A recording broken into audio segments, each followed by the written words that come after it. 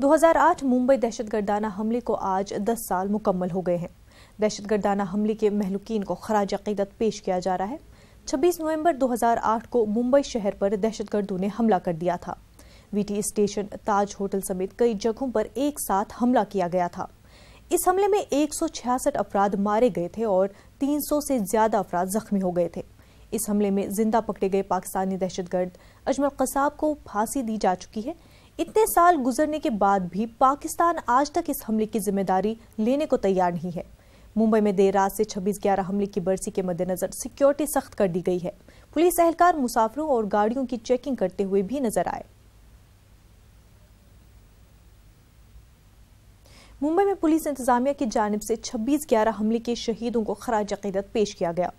Police memorial में गुलहाए अकीदत पेश किए गए, शहीदों को याद किया गया। वाज़ेह रहे कि मुंबई में 10 साल पहले हुए दहशतगर्दाना हमले में 166 अफराद को हलाक कर दिया गया था और सैकड़ों अफराद जख्मी हुए थे।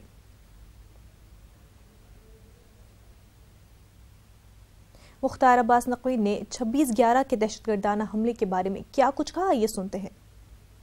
आतंकवाद किसी एक देश की समस्या नहीं है। आतंकवाद किसी एक समाज की, एक किसी संप्रदाय की, किसी एक इलाके की समस्या नहीं है, बल्कि पूरे के पूरे इंसानियत के लिए चुनौती है। और आतंकवाद और आतंकवादियों के जो शैतानी मंसूबे हैं वो इंसानों को नहीं मारते बल्कि इंसानियत को मारते हैं। और इसलिए पूरे दुनिया को आतंकवाद और आतंकवादियों के शैतानी षड्यंत्रों के खिलाफ एकजुट होना ही पड़ेगा। मैं तो हमारे भारत के सुरक्षा बल, प्रधानमंत्री नरेंद्र मोदी जी की मजबूत राष्ट्रवादी इच्छा शक्ति को शुक्रिया अदा करता हूं कि इन 4.5 सालों में हमारे देश में आतंकवादियों और आतंकवादियों के खतरनाक और शैतानी मंसूबे कामयाब नहीं हो पाए। आपको अच्छी तरह याद होगा कि कभी अक्षरधाम मंदिर पर आतंकवादी हमला करते थे, कभी संकटमोचक मंदिर पे होता था, कभी अयोध्या में हो जाता था, कभी जो है वो मक्का मस्जिद में होता था, कभी अजमेर पे होता था।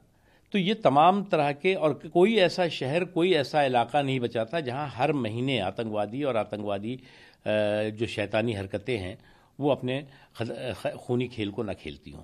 लेकिन 4.5 सालों में हमारे सुरक्षा बलों की मजबूती की वजह से, हमारे मजबूत राष्ट्रवादी नेतृत्व श्री नरेंद्र मोदी जी की वजह से आतंकवादी किसी भी मंसूबे में कामयाब नहीं हो पाए हैं।